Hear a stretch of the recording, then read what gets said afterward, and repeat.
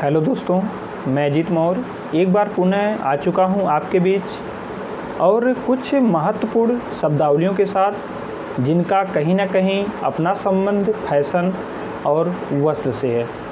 तो चलिए देर ना करते हुए हम लोग इसको देखते हैं एक एक करके। लेकिन हाँ, उससे पहले यदि आप हमारे चैनल पे पहली बार विजिट कर रहे हों तो चैनल को सब्सक्राइब करिए, और यदि आप पहले से सब्सक्राइब किए हैं तो वीडियो को लाइक करिए और पसंद आए तो अपने दोस्तों तक शेयर करिए। चलिए प्रारंभ करते हैं। सबसे पहले हमारी जो शब्दावली है, प्रथम शब्दावली है गोर। हम लोग फैशन डिजाइन में, वस्त्र निर्माण में जब गोर की बात आती है तो देखते हैं कि एक त्रिभुजाकार कपड़े की बात आती है। गोर का संबंध एक त्रिभुजाकार कपड़े से होता है। अब त्रिभुजाकार कपड़ा यूज कहाँ होता है, प्रयोग कहाँ होता है, तो हम बात करें जब हम किसी इस तरह के परिधान का निर्माण करते हैं जो कि लगभग गोलाकार होता है। जैसे कि हम लोग देखें, इस लेडीज स्कर्ट हो गया। जब इसके गोलाकार परिधान के घेरे के विस्तार की बात आती है, फैलने की बात आती है, तो वहाँ पे त्रिभुजाकार कपड़े को जोड़ा जाता है।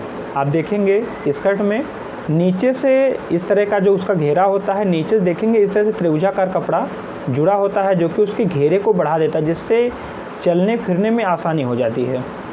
और यही जो त्रिभुजाकार कपड़ा उसके घेरे को बढ़ाने के लिए जो जोड़ दिया जाता है, इसी को गोर के नाम से जाना जाता है। अगला देखिए जो हमारा शब्द है, जो हमारी शब्दावली है, नैपिंग। नैपिंग की बात करें तो आपके नैपिंग ऊनी वस्त्रों पर रोएं उठाने की प्रक्रिया को ही नैपिंग कहते हैं। रोएं उठाने से जो आपके ऊनी कपड़े हैं, जो उनकी सतह होती है, सरफेस होती है, वह हमें नैपिंग की क्रिया से हमें एक मुलायम सतह प्राप्त हो जाती है। यानी कि आप नैपिंग समझ गए होंगे कि ऊनी वस्त्रों पर रोएं उठाने की प्रक्रिया ही नैपिंग कहलाती है, और इससे हमको एक मुलायम सतह प्राप्त हो जाती है। अगली शब्दावली आती है शीरस्कर। शीरस्कर वस्त्र, विशेष करके बात करें तो शीरस्कर वस्त्र एक प्रकार का कपड़ा होता है जिसमें हमें क्रिंकल सतह प्राप्त होती है। यहाँ पे आपको समझना है क्रिंकल क्या होता है। क्रिंकल का अर्थ ही होता है झुर्रीदार, यानी कि एक इस तरह का कपड़ा जो हमें झुर्रीदार सतह प्रदान करता है, झुर्रीदार सतह प्राप्त करता है, या जिस पे झुर्रीदार सतह होती है उसी को शीरस्कर कपड़ा के नाम से जाना जाता है। अगली शब्दावली है वायस कहिए। तो ये क्या होता है, तो किसी कपड़े के ताने की तिरछी स्थिति, ताना बाना आप लोग जिसको वार्प और वेफ्ट के नाम से जानते हैं, और उसमें जो हमारा वार्प होता है, जो ताना होता है, इसकी जो तिरछी स्थिति होती है, जो कि सीधे लंबवत ना होकर के तिरछी स्थिति होती है, इसी को वायस के नाम से जाना जाता है। तो शायद इतना समझ आ गया होगा। नैपिंग आप लोगों ने समझा, वायस समझा। अगली जो हमारी शब्दावली है क्रिम्प है, जिसको कि CRIMP के नाम से CRIMP क्रिम्प है। क्रिम्प जानते हैं क्या होता है। क्रिम्प की बात करें तो इसमें कपड़े में धागे के उतार चढ़ाव के लिए रिप्रेजेंट करने के लिए क्रिम्प शब्द का प्रयोग किया जाता है। यानी कि कपड़े में धागे के उतार चढ़ाव को रिप्रेजेंट करने के लिए क्रिम्प शब्द का प्रयोग किया जाता है। जैसे कि अगर आप लोग समझना चाहें तो इससे समझने में आसानी होगी। हम लोग देखते हैं कि क्रिम्प हेयर स्टाइल होता क्या है कि जो बाल है, बाल को इस तरह से घुघराला बना देना। उसी तरह से जो हमारे कपड़े की जो सतह होती है, जो उसमें देखते हैं ताना या बाना इस तरह से ऐंठा हुआ जो है, कहीं पर अच्छे से सेट है, कहीं पे इस तरह का घुघराला दिख रहा है, उसी को हम लोग क्रिम्प के नाम से जानते हैं। तो इतना हो गया। अगली हमारी जो शब्दावली है क्लोज लूप साइकिलिंग वस्त्रों को नए वस्त्रों में बिना गुणवत्ता खोए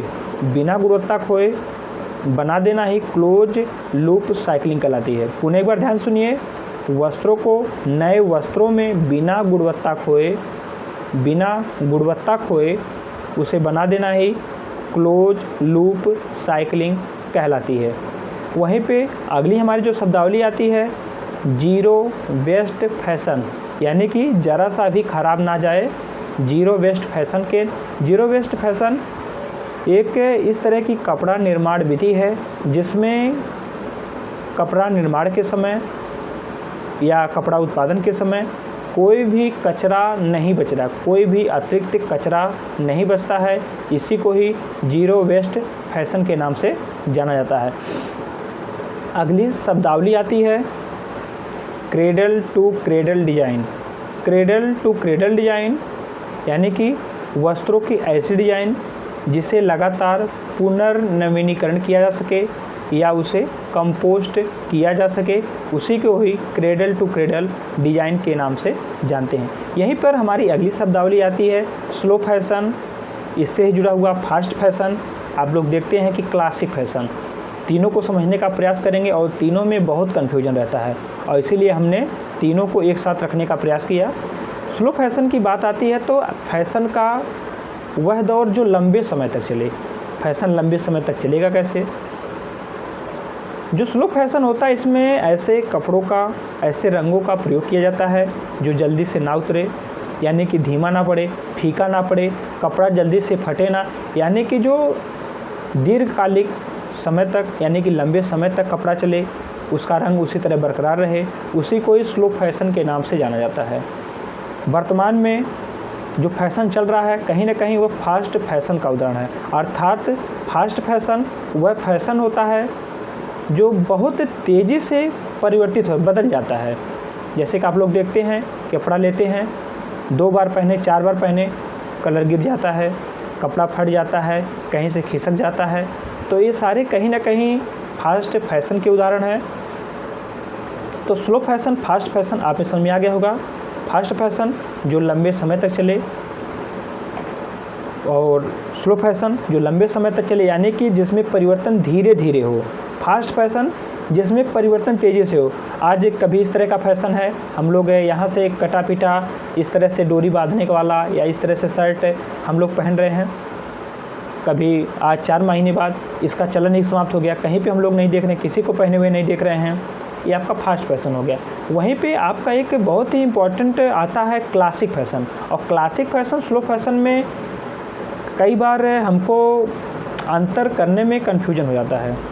क्लासिक फैशन एक साधारण फैशन होता है जिसमें कि शरीर के हिसाब से उसकी डिज़ाइन की होती है, आपके अंगों के हिसाब से, शरीर के हिसाब से। और क्लासिक फैशन एक साधारण भाषा में हम जानना चाहें तो क्लासिक फैशन ही एक ऐसा फैशन है जिसको हम पहनकर कहीं पर भी आ जा सकते हैं। नहीं तो आप लोग देखते हैं कि पार्टी होती है तो उसका फैशन अलग होता है, उसका कपड़ा अलग होता है। पार्टी कपड़ा हो गया, लोग कहते हैं पार्टी वियर है।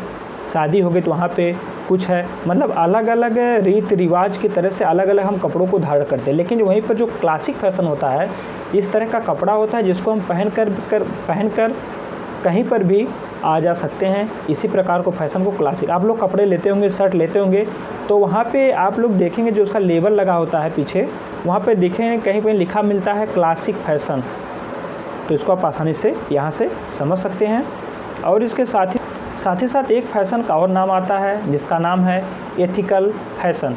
एथिकल की फैशन की बात है, वो एथिकल का संबंध कहीं ना कहीं इथिक्स मान नैतिकता से होता है। यानी कि सभी श्रमिकों के लिए उचित वेतन और सुरक्षित कामकाजी परिस्थिति सुनिश्चित करना। सभी श्रमिकों के लिए जो कि कपड़े के निर्माण का कार्य कर रहे हैं, उनके सभी श्रमिकों के लिए उचित वेतन और सुरक्षित कामकाजी परिस्थिति को मुहैया कराना और इसके साथ ही साथ वस्त्र का निर्माण करना ही एथिकल फैशन कहलाता है। यानी कि जो भी व्यक्ति काम कर रहा है उसका किसी भी प्रकार से शोषण, जितना वह काम कर रहा है उसके बदले उसका पैसा। ये नहीं कि हम उससे काम तो 6 घंटे करवा रहे हैं लेकिन वेतन 4 घंटे का भी नहीं दे रहे हैं। तो आपका एथिकल फैशन कहीं ना कहीं आपके मजदूर वर्ग को भी संतुष्ट करते हुए जो फैशन का निर्माण किया जाता है उसी को हम लोग एथिकल फैशन के नाम से जानते हैं। चलिए, जो हमारी अगली शब्दावली है उसका नाम है, हमारी जो अगली शब्दावली है अपसाइकल फैशन।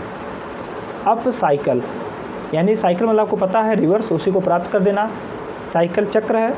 अपसाइकल फैशन यानी कि पुराने या त्यागे गए सामग्रियों से फैशन आइटम बनाना। पुराने या त्यागे गए सामग्रियों से फैशन आइटम बनाना जिससे उच्च मूल्य वाले उत्पाद तैयार हों।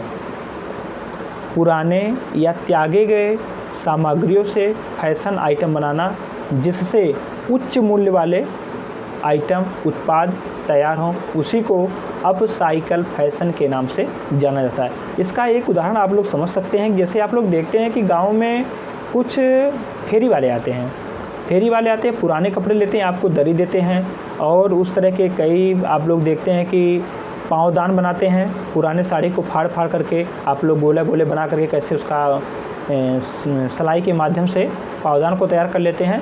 तो कहीं ना कहीं है आप साइकिल फैशन का ही एक एग्जाम्पल हो सकता है। चलिए, इसी के साथ धन्यवाद।